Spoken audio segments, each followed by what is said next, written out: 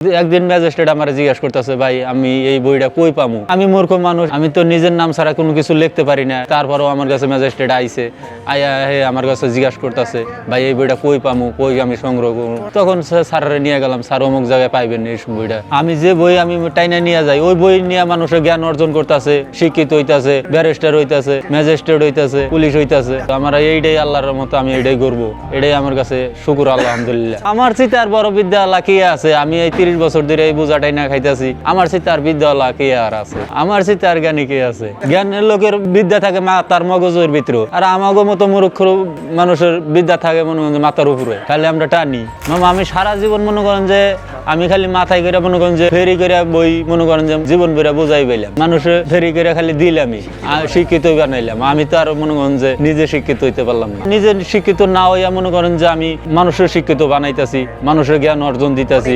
অনেক বই মনে করেন যে আমি নাম জানি। তারপরে ম্যাজিস্ট্রেট, আর্মি, পুলিশ, সেনাবাহিনী সবাই মনে করেন যে বাংলা বাজার আসে, বই আমার কাছ থেকে জিগায়, আমার বই টই নেয়। কতদিন 1200, কতদিন 1000, কতদিন 500, 600 এরকম ভাবে আমার মনে করেন যে ইনকাম।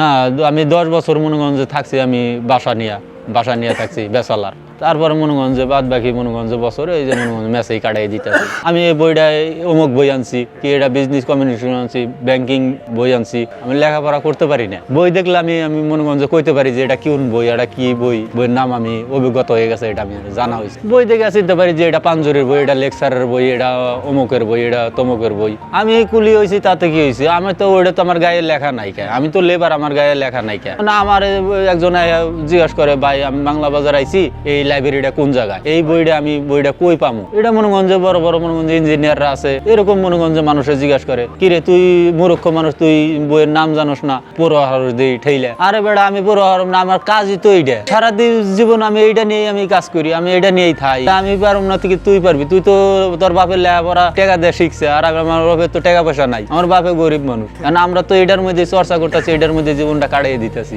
এইটা দিয়ে আমরা জ্ঞান অর্জন করতেছি। খালি মামা এইটাই না, মনে করেন যে আমি মনে করেন যে এই বইয়ের লগে থাকতে থাকতে মনে করেন যে এইটা মনে করেন যে আমি শিখতে শিখতে মনে করেন যে আমি এটা মনে করেন যে আমি নিজেই মনে করেন যে একটা জ্ঞান অর্জন করে আলাইছি।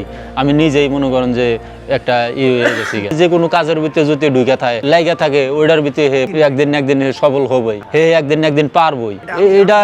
এটা খালি শুধু আমি বলতে না, এটা সবাই যে কোনো এক কাজের একটা চর্চা করবেন, যে কোনো একটা কাজের ভিতরে ঢুকে থাকবেন, এটা সবাই মনে করেন যে এটা সবাই পারবো। খালি আমি মূর্খ দেখে আমি প্রমাণ, আমি খালি প্রমাণ না, এটা সবাই, এটা যার মাথায় গেলু আছে, যে মানুষ সবাই মনে করেন যে আল্লাহ হারে সবাই জ্ঞান বুদ্ধি দিছে, আল্লাহ হারে সবাই সব তৌফিক দিছে। আল্লাহ যদি নিজে ইচ্ছা করে যদি চর্চা করে পারবই।